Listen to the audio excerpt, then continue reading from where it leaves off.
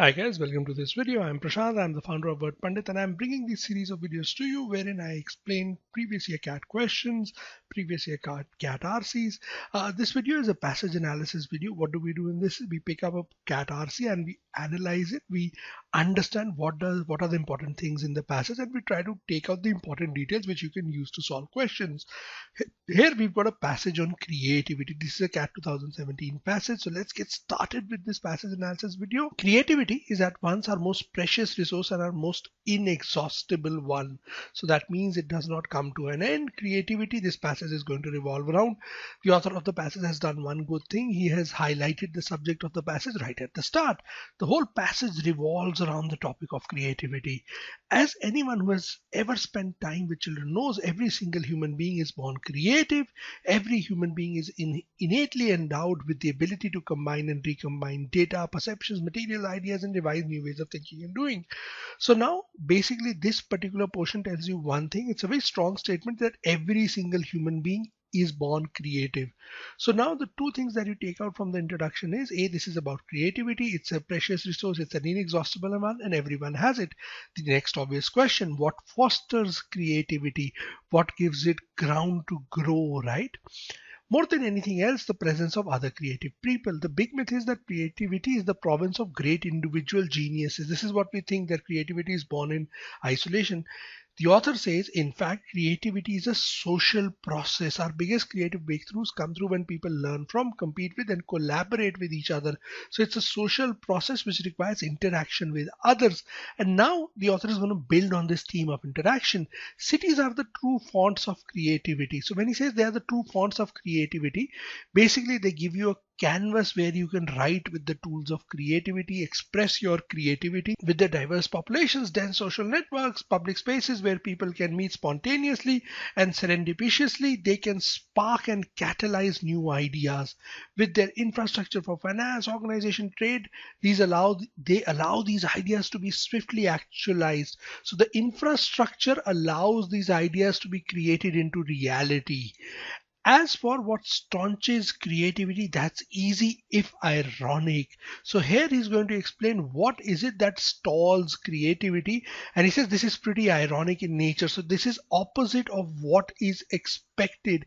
It's the very institutions that we build to manage, exploit, perpetuate the fruits of creativity are big bureaucracies, and sad to say, too many of our schools. So the institutions we created in order to make sure that we managed, exploited, and perpetuated the fruits of creativity, the institutions we created in order to boost creativity, those are the ones that actually become the handicap, and hence the sentiment of irony. Creativity is disruptive. Schools and organizations are regimented, standardized, and stultifying. So these basically prevent your growth. They do not allow that honest expression. In the next paragraph, the author does something very simple. He highlights a study by Sir Ken Robinson. It's a 1968 study where they study different age groups and what happens to scores on a test of creativity. As people grow older, their scores fall. So when 280,000 25-year-olds took the test, just 2% passed. By the time we are adults, our creativity has been wrung out of us. That means it has been taken out of us, right?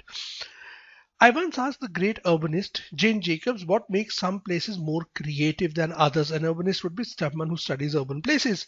She said essentially that the question was an easy one. All cities, she said, were filled with creative people. That's our default state as people.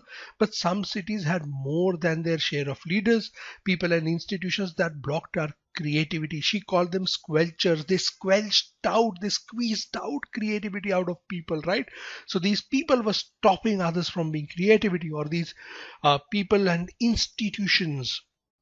Creativity or lack of it follows the same general contours of the great socio-economic divide, or rising inequality that plagues us. So basically the problem of inequality, right, of the reality that we live with, that this is an unequal society, right, that plagues creativity as well. According to my own estimates, roughly a third of us across the US and perhaps as much as half of us in most creative cities are able to do work which engages our creative faculties to some extent, whether as artists, musicians, writers, techies, innovators, entrepreneurs, doctors, lawyers, journalists, or educators. Those of us who work with our minds. So people who work with their minds, they are allowed, given the freedom of being creative.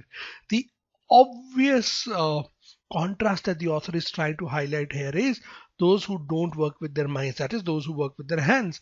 That leaves a group where I term the other 66% who toil in low wage, rote, and rotten jobs, if they have jobs at all, in which creativity is subjugated, ignored, or wasted.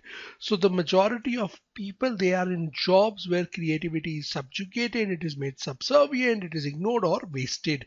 Creativity itself is not in danger. So he's saying the creativity as such, right, is not in danger. People are creative and they will always be. Its flourishing is all around us in science, technology, arts, culture. It's in a rapidly revitalizing cities, but we still have a long way to go if we want to build a truly creative society that supports and rewards creativity of each and every one of us. I think we can derive it from the context above. Creativity is there. Remember, 1/3 of the people are getting a chance to be creative. We are seeing creativity all around us. Things are developing. All of that is happening. But the fact of the matter remains, the majority of us, the other 66%, are left out of this process. So he's saying if you want to build a truly creative society, these people also have to be included. Overall, the whole passage is about the theme of creativity. Starts off with a generic introduction that how everyone is creative. Then he brings in the concept of cities, and this is where we are creative. Cities also, by virtue of the fact that they allow for social interaction, right, and that's where our creative spaces develop. The problems with cities is the very institutions we create to manage creativity, they come in the way. This is what this paragraph explains. Then the study tells us that what happens with age to creativity. Then there is an explanation for this. Why are some places more creative than others?